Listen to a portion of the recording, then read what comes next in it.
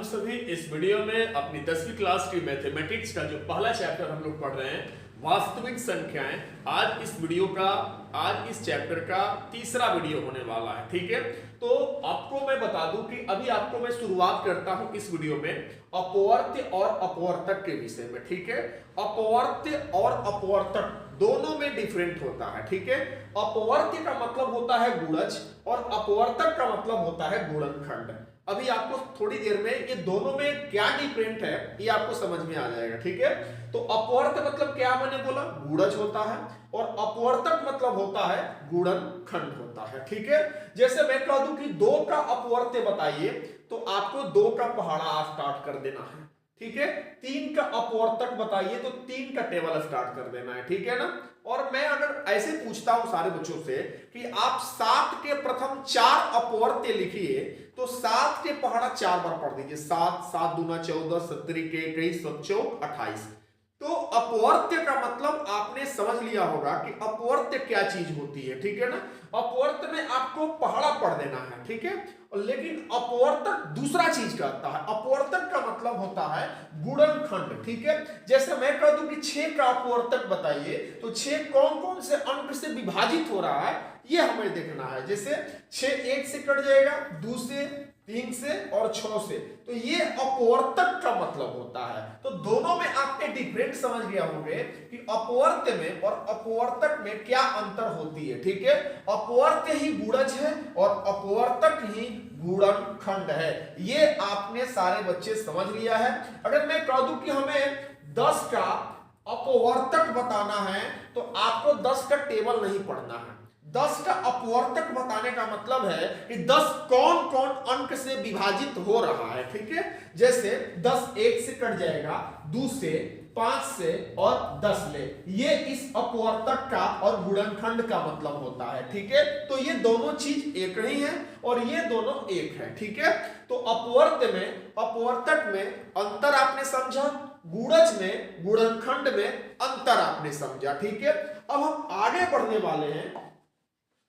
आगे है सारे बच्चे एलसीएम और एक होता है एचसीएम। जब आप इस चैप्टर के अंदर के क्वेश्चंस को सॉल्व करेंगे तो ये दोनों चीजों का सामना करना पड़ेगा आपको। ठीक है, तो एलसीएम क्या होता है, एलसीएम, तो एल से होता है सारे बच्चे लोवेस्ट होता है, और सी से याद रखिएगा कॉमन, और एम से याद रखिएगा मल्टीपल। Lowest, common, multiple. मैं फिर से बोल रहा हूं, एल से लोवेस्ट, सी से कॉमन और एम से मल्टीपल। आप इसको हिंदी में बोल सकते हैं लघुत्तम समापवर्त्य। लघुत्तम समापवर्त्य।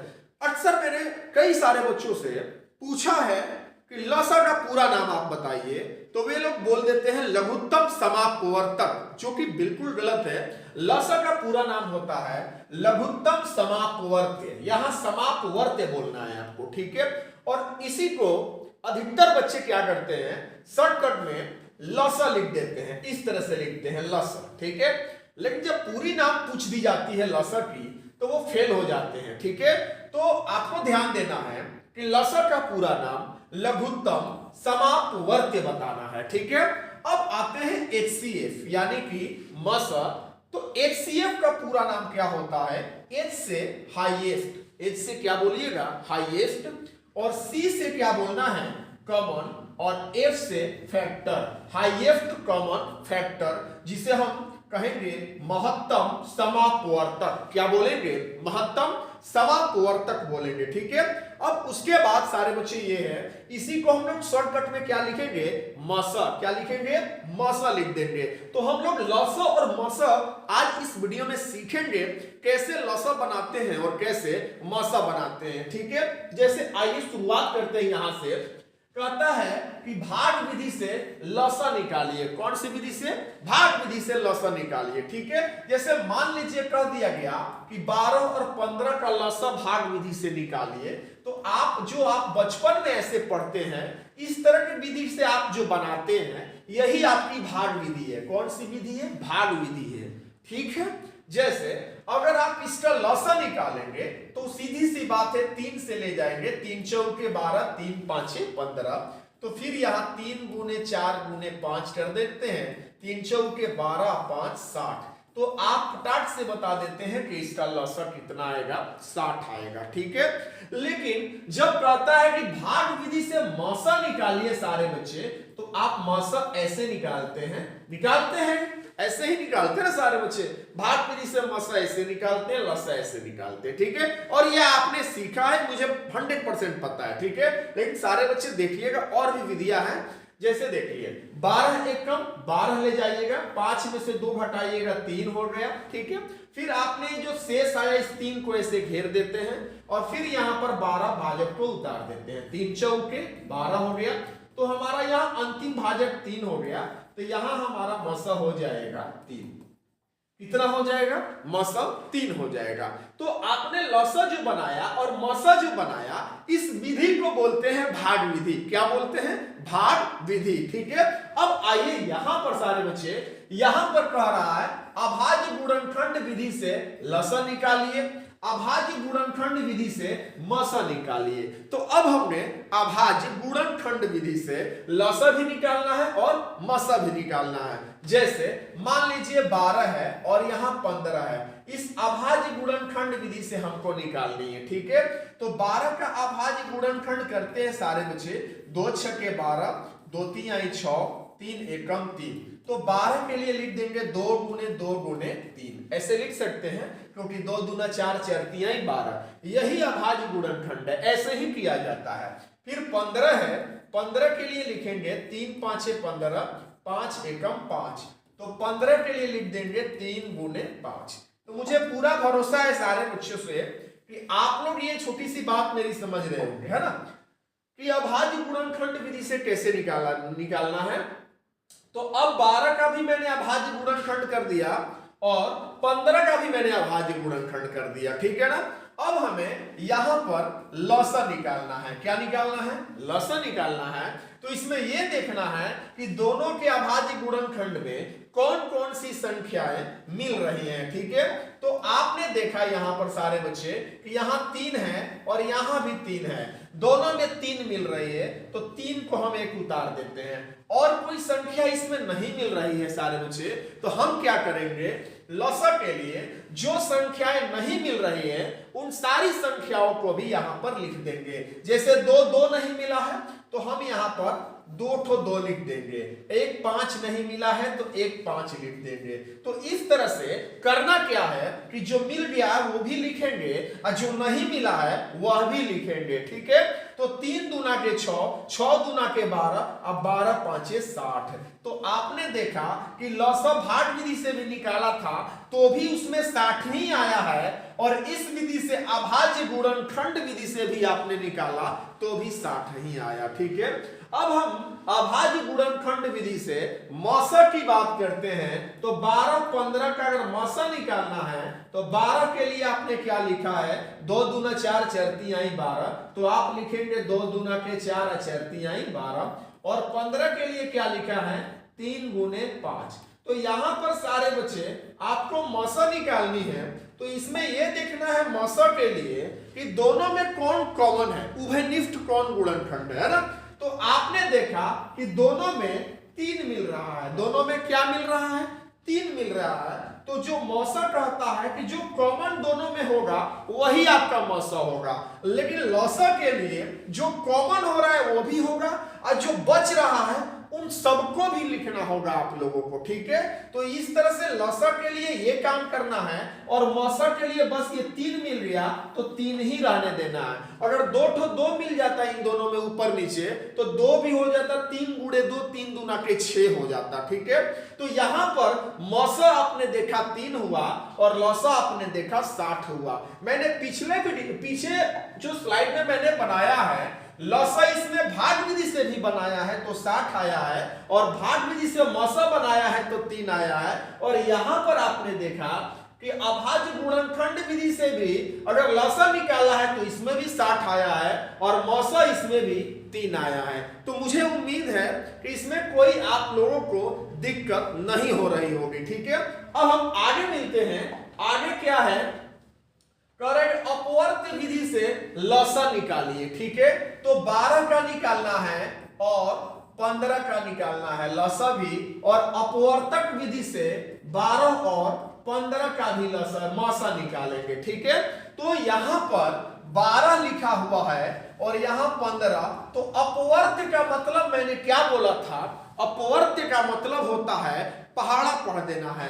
तो 12 का टेबल स्टार्ट कर दीजिए। 12 12 दूना 24, बरती आई 36, बर चौक 48, 12 5 60, बर छठ 72 और भी आगे जा सकता है। ठीक है, और 15 का 15, 15 दूना 30, 15 तिया 45, 15 चौके 60, 15 पाछे 75 डॉट डॉट डॉट चलता जाएगा।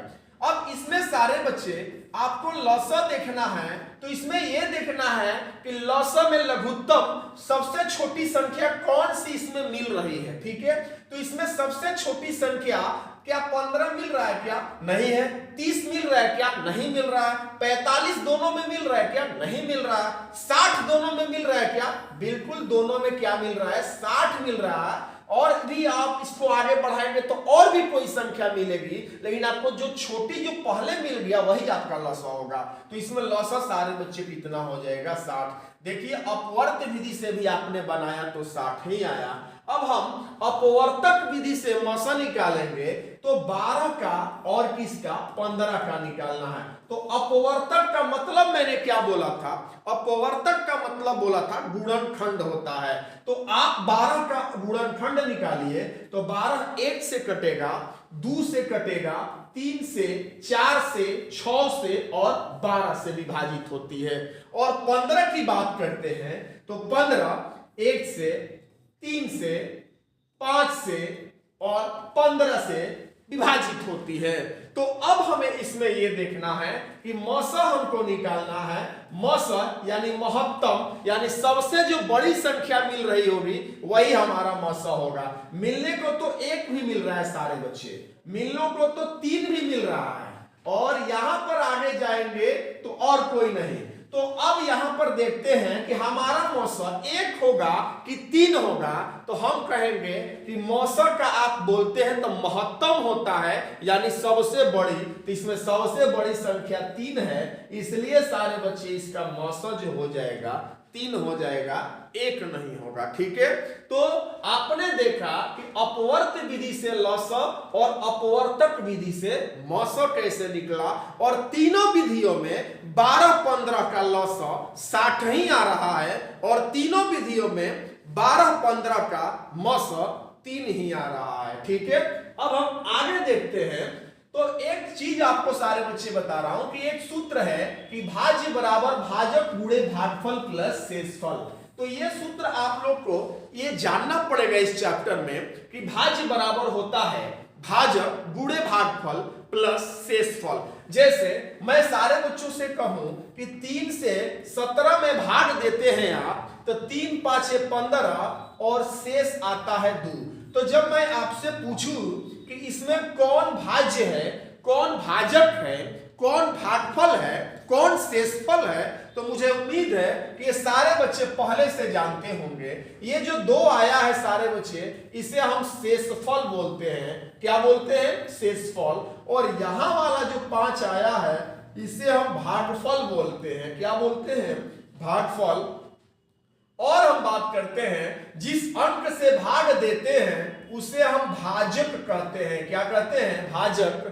और जिस अंक में भाग देते हैं उसे हम भाज्य कहते हैं। क्या कहते हैं? भाज्य। तो आपको ये चीज जानना पड़ेगा कि इसमें कौन भाजक होता है, कौन भाज्य होता है, कौन भाजक होता है और कौन शेषफल होता है। ठीक है, तो जैसे इस सूत्र की अगर जांच की जाए तो आपने लिखा है कि भाज्य बराबर होता है भाजक गुणे भागफल प्लस शेषफल। तो हम लोग चेक करते हैं कि क्या ये जो भाग है ये सही है कि नहीं है। तो भाज्य हमारा कितना है? भाज्य हमारा 17 हो गया। भाजक कितना है? 3 हो गया। भागफल कितना है? 5 हो गया। और शेषफल कितना है? 2 हो गया। ठीक है, तो अब यहां पर 17 बराबर 3 5 15 हो जाएगा, और 15 में आपको 2 जोड़ देना है।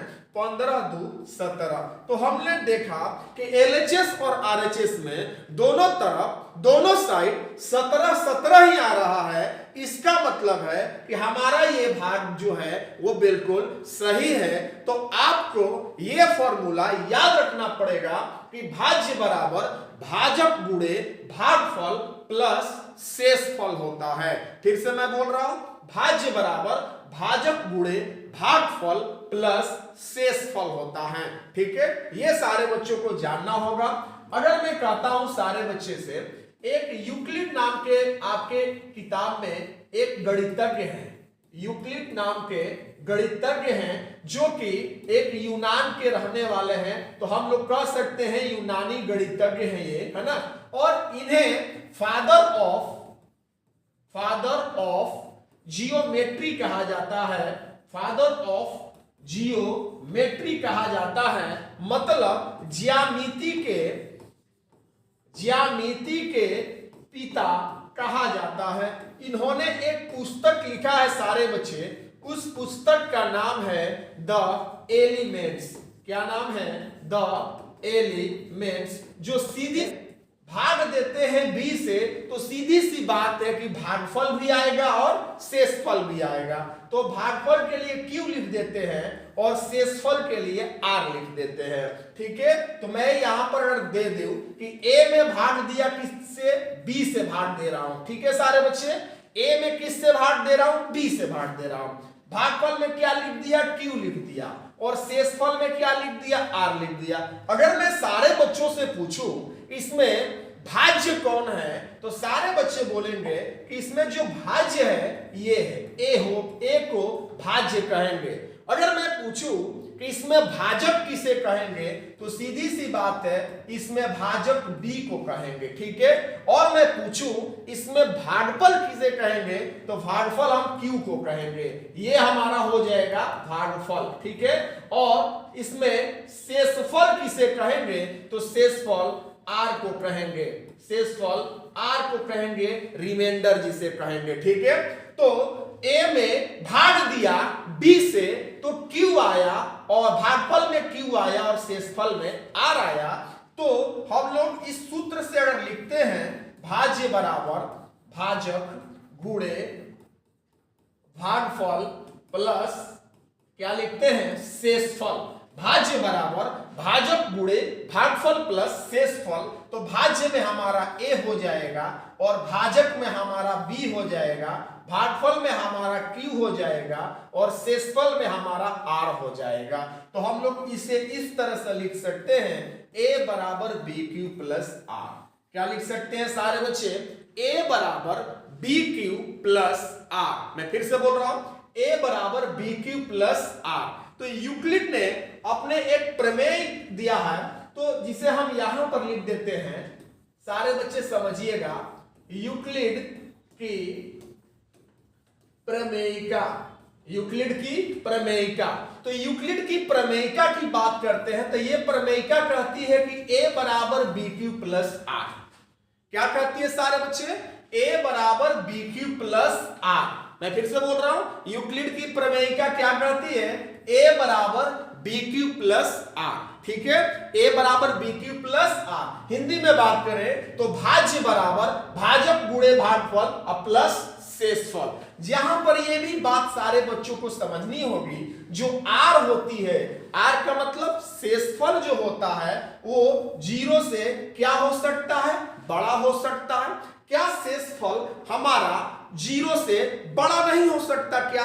जैसे हम यहां 3 से 17 में भाग दिया तो 3 5 15, शेष कितना आ गया 2। तो क्या 0 से 2 बड़ा है कि नहीं है? यानी शेष हमारा 0 से बड़ा हो सकता है, ये बड़ा का चिन्ह है। या कभी हम भाग देते हैं तो कभी हमारा शेषफल 0 भी आ सकता है, कभी हमारा शेषफल क्या आ सकता है, 0 भी आ सकता है। तो हम लोग कह सकते हैं कि 0 के बराबर भी हो सकता है। यानी हमारा जो r है, हमारा जो शेषफल है सारे बच्चे, जीरो से क्या हो सकता है, बड़ा भी हो सकता है, और या जीरो के क्या हो सकता है, बराबर भी हो सकता है। लेकिन यहां पर एक बात ये भी याद रखनी है कि जिस अंक से आप भाग देते हैं उससे हमेशा शेषफल क्या होता है, छोटा होता है। तो हम भाग b से देते हैं, तो अगर b और r में देखा जाए तो कौन बड़ा होगा और कौन छोटा होगा, तो हमेशा b क्या होगा, बड़ा होगा, और r जो होगा b से छोटा होगा। तो इस चीज को भी सारे बच्चे समझना है, क्योंकि ये भी अक्सर एक नंबर में एग्जाम में पूछ दिए जाते हैं। तो जहां पर बताना है कि r हमारा जो शेषफल है वो जीरो से बड़ा भी हो सकता है या जीरो के बराबर भी हो सकता है, लेकिन हमेशा भाजक यानी b से छोटा ही होगा r। ठीक है, तो यूक्लिड की प्रमेयिका यही कहती है सारे बच्चे, a बराबर बी क्यू प्लस आर। तो मैंने क्या पढ़ाया सारे बच्चों को, यूक्लिड कहां के थे, यूनान के थे, यूनानी गणितज्ञ है, इन्हें फादर ऑफ जियोमेट्री कहते हैं, यानी ज्यामिति के पिता कहा जाता है। इनके द्वारा एक पुस्तक लिखी गई है, कौन सी पुस्तक है, द एलिमेंट्स। क्या नाम है पुस्तक का, द एलिमेंट्स। अक्सर एग्जाम में ये प्रश्न पूछे जाते हैं कि यूक्लिड के द्वारा कौन सी पुस्तक की रचना की गई है, तो सारे बच्चों को बताना है उस पुस्तक का नाम है द एलिमेंट्स। क्या नाम है, द एलिमेंट्स। यूक्लिड विभाजन प्रमेयिका कभी बात करेगा कोई सारे बच्चे, तो सीधी सी बात करना है a बराबर B Q plus R, a बराबर बी क्यू प्लस आर, यानी भाज्य बराबर भाजक गुणे भागफल प्लस शेषफल। जहां r के बाद विषय में मैंने आपसे बोला कि शेषफल हमें जीरो से बड़ा भी हो सकता है या जीरो के बराबर भी हो सकता है, लेकिन भाजक से हमेशा शेषफल छोटा ही होता है। तो इस चीज को भी सारे बच्चे आप लोग जरूर ध्यान दीजिएगा कि इसका कहने का मतलब क्या है। ठीक है, तो यूक्लिड के विषय में सारे बच्चे जान गए, यूक्लिड विभाजन प्रमेयिका के बारे में भी आपने देखा। अब आगे सारे बच्चे और भी एक दो पॉइंट देखिए। आपके विषय में एक शब्द, किताब में एक शब्द लिखा है प्रमेयिका। क्या लिखा है, प्रमेयिका, और एक शब्द देखने को मिलेगा एल्गोरिदम। ठीक है, तो प्रमेयिका क्या होता है, प्रमेयिका एक सिद्ध किया हुआ कथन होता है जिसका प्रयोग हम अन्य कथनों को सिद्ध करने में करते हैं। मैं फिर से बोलता हूं, प्रमेयिका क्या होता है, एक पहले से ही प्रूफ किया गया स्टेटमेंट होता है और उस स्टेटमेंट का यूज हम लोग अन्य चीजों को प्रूफ करने में कर देते हैं। तो ये प्रमेयिका का मतलब होता है। और एल्गोरिदम क्या होता है, एल्गोरिदम सुपरिभाषित चरणों की एक श्रृंखला होती है जो स्टेप वाइज आगे बढ़ती है, उसका नाम रख दिया जाता है एल्गोरिदम। तो सुपरिभाषित चरणों की एक श्रृंखला होती है जो एक विशेष प्रकार की समस्या को हल करने की एक विधि प्रदान करती है। तो एल्गोरिदम बोलने का मतलब है कि एक सुपरिभाषित श्रृंखला बना दी जाती है जो स्टेप वाइज आगे बढ़ती है और एक विशेष प्रकार की समस्या को वो सॉल्व करने की विधि प्रदान करती है। तो हमें एल्गोरिदम के विषय में और प्रमेयिका के विषय में जानकारी हुआ। प्रमेयिका एक सिद्ध किया हुआ कथन होता है जो जिसका उपयोग हम अन्य कथनों को सिद्ध करने में करते हैं, लेकिन एल्गोरिदम सुपरिभाषित चरणों की एक श्रृंखला होती है जो एक विशेष प्रकार की समस्या को सॉल्व करने की विधि प्रदान करती है। और यहां पर सारे बच्चे समझिएगा कि एक नंबर का परीक्षा में सवाल आएगा सारे बच्चे, एग्जाम में आपको क्वेश्चंस देखने को मिलेंगे कि यूक्लिड विभाजन एल्गोरिदम की सहायता से हम क्या ज्ञात कर सकते हैं। तो हम लोग यूक्लिड विभाजन एल्गोरिदम की सहायता से सारे बच्चे मौसर ज्ञात करते हैं। क्या ज्ञात करते हैं, मौसर ज्ञात करते हैं। मैं फिर से बोल रहा हूं, यूक्लिड विभाजन एल्गोरिदम की सहायता से हम क्या ज्ञात करते हैं, तो हम मौसर ज्ञात करते हैं। आइए कुछ क्वेश्चंस लगाते हैं। जैसे कह देगा आप लोगों से कि यूक्लिड विभाजन एल्गोरिदम की सहायता से मौसा ज्ञात करिए, मौसा ज्ञात करें। यूक्लिड विभाजन एल्गोरिदम की सहायता से मौसा ज्ञात करें और आपको दे दिया जाएगा 35 और 50। तो पहला सवाल हो गया हमारा 35 और 50। तो सारे बच्चे कैसे सॉल्व करेंगे ध्यान से देखिएगा।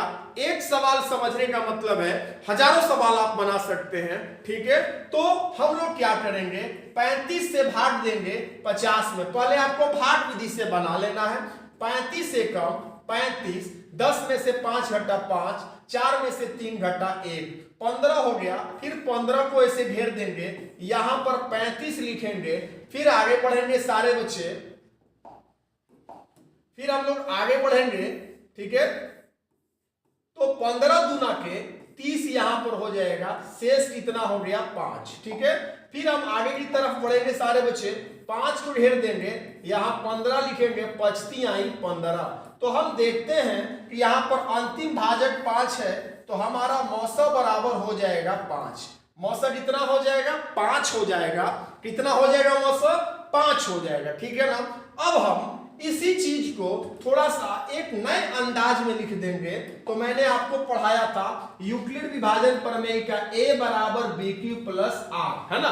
यानी भाज्य बराबर भाजक गुणे भागफल प्लस शेषफल। तो यहाँ भाज्य हमारा कितना है 50 है, 50 लिख देते हैं। और भाजक 35 है और भागफल 1 है, तो 35 में 1 से गुणा होगा, 35 गुणे 1, 35 गुणे 1। अब प्लस में जितना शेषफल आया है सारे बच्चे, उस शेषफल को लिख देंगे 15, ठीक है।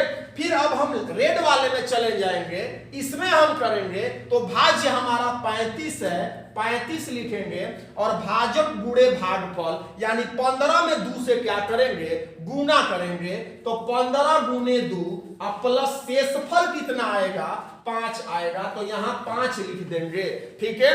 उसके बाद हम, कोई दिक्कत है सर? उसके बाद हम यहां पर भाजक में 15 है, 15 लिख देंगे और हमारा भाज्य में 15 है, 15 लिख दिए। भाजक गुणे भागफल यानी 5 गुणे 3 और प्लस शेषफल में 0, तो हमारा मौसा हो जाएगा, मौसा हो जाएगा 5। सर ठीक है सर, इसको छोड़ दीजिए सर। चले ठीक है सारे बच्चे, तो उम्मीद करते हैं कि आप यूक्लिड विभाजन एल्गोरिदम की सहायता से मौसा निकालना सीख गए होंगे। आप एक साइड में ऐसे भाग विधि से निकाल दीजिएगा, उसके बाद एक स्टेप वाइज स्टेप ऐसे आपको कर देना है। एक लास्ट एक और ऐसा क्वेश्चन बता के आगे हम इस वीडियो को बंद करेंगे। जैसे मान लीजिए आपसे दे दिया गया सारे बच्चों से 15 और 100, 15 और 100 के विषय में दे दिया गया, तो सारे बच्चे भाग विधि से निकालेंगे 15 से 100 में, 15 छके 90, 0 1।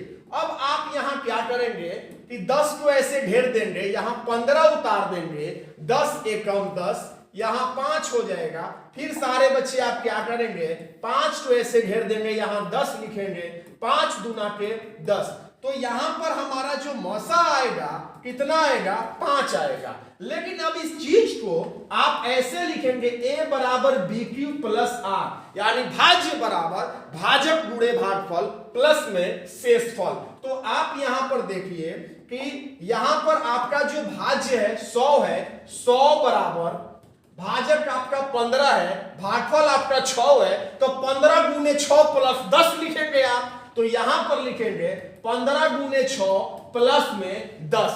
उसके बाद आगे बढ़ेंगे तो भाज्य आपका 15 है, तो 15 बराबर लिखेंगे 10 गुणे 1 प्लस 5, 10 गुणे 1 प्लस 5, ठीक है। अब आगे आप तीसरे लाइन में जाइए तो भाज्य आपका 10 है, तो 10 बराबर लिखेंगे 5 गुणे 2 प्लस 0, 5 गुणे 2 प्लस 0। तो अंतिम भाजक सारे बच्चे 5 है, तो आपका मौसा हो जाएगा 5। तो इस तरह से यूक्लिड विभाजन एल्गोरिथम की सहायता से आप मौसा ज्ञात करेंगे। तो आपने सारे बच्चे क्या क्या पढ़ा एक बार रिवीजन करते हैं। आपने अपवर्त्य और अपवर्तक की बात किया। अपवर्त्य का मतलब गुणज होता है जिसमें पहाड़ा पढ़ना है, अपवर्तक का मतलब गुणनखंड है कि वह संख्या कौन कौन अंकों से विभाजित हो रही है। उसके बाद सारे बच्चों ने देखा एलसीएम का पूरा नाम लोवेस्ट कॉमन मल्टीपल होता है, जिसे हम लघुत्तम समापवर्त्य कहते हैं, लसा जिसे हम शॉर्टकट में बोलेंगे। HCF का पूरा नाम हाईएस्ट कॉमन फैक्टर होता है, जिसे हम महत्तम समापवर्तक कहते हैं, जिसे हम शॉर्टकट में मस कहेंगे। उसके बाद सारे बच्चों ने देखा भाग विधि से लसम मैंने बनाया 60 आया, भाग विधि से मौसा बनाया 3 आया। यहां पर देखिए अभाज्य गुणनखंड विधि से लसा बनाया 60 ही आया, और अभाज्य गुणनखंड विधि से मौसा बनाया 3 ही आया। ठीक है, यहां पर देखें अपवर्त विधि से लसा बनाया 60 ही आया, और अपवर्तक विधि से मौसा बनाया 3 ही आया। यानी लसा और मौसा बनाने के लिए मैंने यहां 3 विधियों का इस्तेमाल किया है सारे बच्चे। और देखें भाज्य बराबर, ये फॉर्मूला हमें याद रखना है कि भाज्य बराबर भाजक गुणे भागफल प्लस में शेषफल होता है। और कौन भाज्य होता है, कौन भाजक होता है, कौन भागफल होता है और कौन शेषफल होता है, ये आपको पता होनी चाहिए। उसके बाद सारे बच्चों ने देखा यूक्लिड, जिन्हें यूनानी गणितज्ञ कहते हैं और इन्हें फादर ऑफ ज्योमेट्री कहते हैं, यानी ज्यामिति के पिता के नाम से जाना जाता है। और इनके द्वारा एक पुस्तक है जो परीक्षाओं में आता है कि कौन से पुस्तक की इन्होंने रचना की है, तो आपको बताना है कि द एलिमेंट्स नामक पुस्तक की इन्होंने रचना की है। उसके बाद सारे बच्चे आपको ए में भाग दिया है बी से, तो भागफल में Q आया है और शेषफल में R आया है, तो हम इसे लिख सकते हैं A बराबर BQ प्लस R।